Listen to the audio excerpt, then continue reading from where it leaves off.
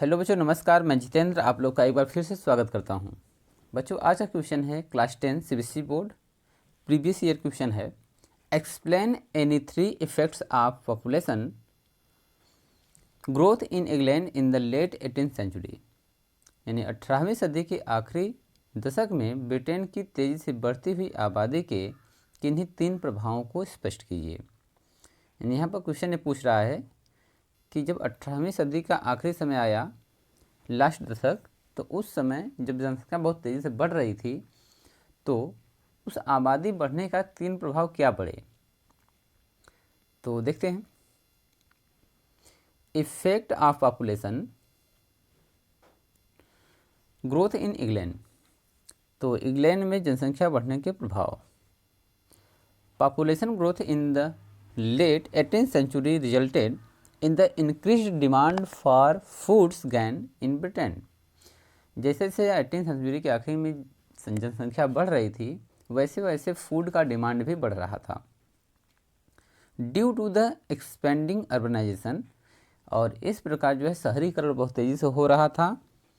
And industrialisation demands for food grain increased, और food के लिए या फिर अनाजों के लिए लोग बड़ी बड़ी कंपनियां भी स्थापित कर रहे थे।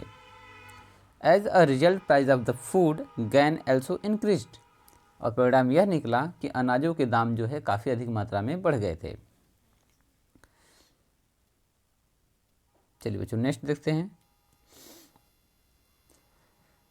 तो पहला रहा रीजन, इसका जो इफेक्ट पड़ा था first number, increases the demands of food grain in Britain. तो पहला ये रहा कि जनसंख्या बढ़ने से ब्रिटेन में फूड यानी भोजन की आवश्यकता बढ़ गई, यानी डिमांड बढ़ गई, यानी कि मांग वहाँ पर ज़्यादा होने लगी। जैसे जनसंख्या बढ़ेगा वैसे वैसे तो खाना के लिए चाहिए इंसानों को।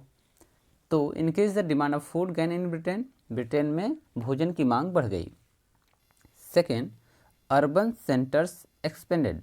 जो शहरीकरण हो रहा था बहुत तेज़ी से फैल रहा था। जनसंख्या को रहने के लिए घर चाहिए, तो शहर बहुत तेज़ी से बनाए जा रहे थे। Third, effect on the corn law.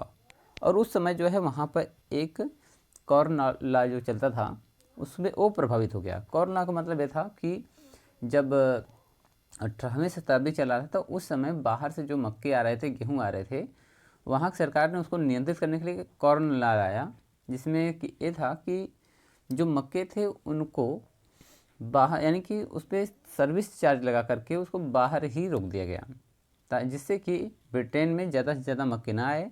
तो वहाँ के जो किसान थे वो काफ़ी अधिक मात्रा में अमीर हो गए थे। तो जनसंख्या बढ़ने से इस लॉ को तोड़ना पड़ा, ठीक है, जिससे कि प्राइस नीचे आया और जनता जो है भूखमरी की शिकार नहीं हुई। Food was imported in Britain. तो उस समय जो है बाहर से भोजन को आयात किया गया, यानी कि अनाज लिए गए। फिफ्थ है pushing up food grain price. जब जनसंख्या बढ़ी तो भोजन के दाम भी बढ़ गए, यानी कि भोजन की मांग बढ़ी तो उसके दाम अधिक मात्रा में वृद्धि कर गई, यानी महंगाई आ गई।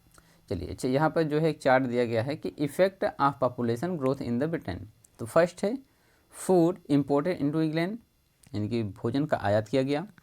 Demands of the food grain increases. तो उस जहाँ पर जनसंख्या बढ़ेगी वहाँ पर भोजन की डिमांड भी बढ़ेगी, तो भोजन का डिमांड बढ़ गया। थर्ड है price of food GANs increases. भोजन की मांग बढ़ने से भोजन का यानी कि दाम भी बढ़ गया। Government restricted import of the corn. तो वहाँ पर जो गवर्नमेंट थी कॉर्न लॉ को सीमित कर दिया, यानी नियंत्रित कर लिया। चलिए, ये 4 जो है महत्वपूर्ण जो है इसके महत्व हैं, यानी भाव हैं। चलिए हिंदी में देख सकते बच्चों, बहुत आसान है। इंग्लैंड में जनसंख्या वृद्धि के प्रभाव। फर्स्ट नंबर, ब्रिटेन में खाद्य यानी खाद्यान्न की मांग में वृद्धि हो गई। सेकेंड, शहरी केंद्रों का विस्तार हो गया, यानी कि जो शहरीकरण था वो तेज़ी से प्रसार कर रहा था। मकई कानूनों प्रभाव। अब मकई में यहाँ पर ये था कि केवल मक्के ही नहीं थे, बाजरे नहीं थे, इसमें गेहूँ भी था, अन्य मोटे दाने भी थे। थर्ड है ब्रिटेन में खाद्य आयात किया गया था। तो ब्रिटेन में जो है बाहर से जो सामान है, गुड्स हैं, वो मंगाए गए। खाद्यान्न की कीमतों में वृद्धि हो गई। ये 5 जो है महत्वपूर्ण जो है प्रभाव आए थे जब जनसंख्या ग्रो की थी। एक जो है मकई कानून, ये मकई कानून ये था कि जब ब्रिटेन में बाहर से मकई आ रहे थे, यानी मक्के आ रहे थे, तो वहाँ पर जो है अनियंत्रित हो गया था। कहा जाए कि अर्थव्यवस्था वहाँ का अनियंत्रित हो गया था। लोग बाहर सस्ते जो है कई रेट में चल रहे थे, यानी कि उस पर कोई रेट फिक्स ही नहीं था। तो वहाँ के गवर्नमेंट ने क्या किया था कि मक्के पर नियंत्रण करने के लिए कानून बनाया, उस पर सर्विस चार्ज ज़्यादा लगा दिया, जिससे कि बाहर के मक्के ज़्यादा हो गए और अंदर किसान जो खेती बाड़ी करते थे वो मक्के बेचकर अमीर हो गए थे, और वो कभी नहीं चाहते थे कि बाहर से मक्के आए। इसलिए जब वहाँ पर भोजन की मांग बढ़ी, जनसंख्या बढ़ा, तो बाहर से आयात करना पड़ा, इंपोर्ट करना पड़ा। तो वहाँ पर जो है इस कानून को तोड़ना पड़ा, जिससे कि बाहर से मक्के आए, अनाज आए, जिससे कि वहाँ के किसानों का, यानी जो मक्के हाई रेट में बेच रहे थे, वह एक लेवल पे आ गया। तो यही है मक्के कानून पर प्रभाव। चलिए बच्चों, यहाँ पर ये टॉपिक ख़त्म होता है। धन्यवाद।